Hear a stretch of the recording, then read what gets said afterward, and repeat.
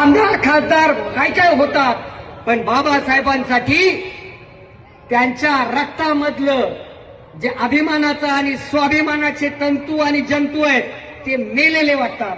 पण अशा सगळ्यांना त्यांच्या डोळ्यात अंजन घालणाऱ्या या आमच्या ताई आहेत. त्यांना मी पुन्हा एकदा आपल्या समोर आचरण करतो. आदरणीय दर्शनताईंना विनंती करतो की ताई आपण या ठिकाणी आपलं मनोगत व्यक्त करावं. एकदा जोरदार टाळ्या होऊ देत दर्शनताई सौपुरे यांच्यासाठी. सगळ्यांना मानाचा क्रांतिकारी सविनय जय भीम जय संविधान. आजचं जर खरं मानकरी आहे तर त्यागमूर्ती रमाई आहे.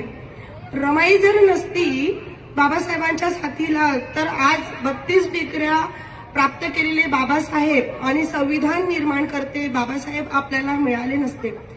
भारतीय राज्यघटनेचे शिल्पकार डॉक्टर बाबासाहेब आंबेडकर आणि त्यागमूर्ती रमाबाई यांना विनम्र अभिवादन करते.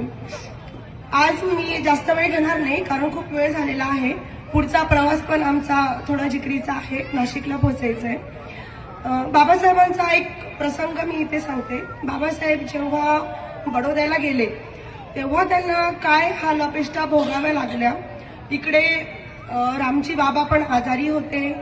रामजी बाबांचा हट्ट होता की बाबासाहेबांनी बडोद्याला जाऊ नये आणि तिथली नोकरी स्वीकारू नये असं रामजी बाबांचं स्वप्न होतं की त्यांनी त्यांचं विलायतेला जाऊन पुढील शिक्षण पूर्ण करून आपल्या समाज बांधवांना दीनदुबळ्यांना या मानसिक गुलामगिरीतून बाहेर काढावं असं रामजी बाबांचं स्वप्न होतं. ते स्वप्न पूर्ण करावं अशी रामजी बाबांची इच्छा होतीच.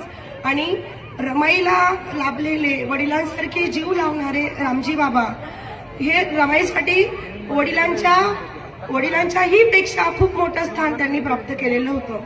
जेव्हा बडोद्याला बाबासाहेब गेले नोकरी मिळवण्यासाठी त्यांना जातीवरून हिनवलं गेलं, त्यांना राहणीमानावरून हिनवलं गेलं, त्यांना पाणी जेवण आणि राहण्यासाठी मोहताज व्हावं लागलं.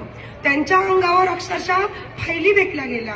मग तेव्हा बाबासाहेबांनी विचार केला, संकल्प केला की आज ही माझी अवस्था आहे. मी इतकं शिक्षण प्राप्त करून डिग्री घेऊन जर का माझी ही अवस्था बडोदा संस्थानात जर का होत असेल तर माझ्या समाज बांधवांची अवस्था काय असेल.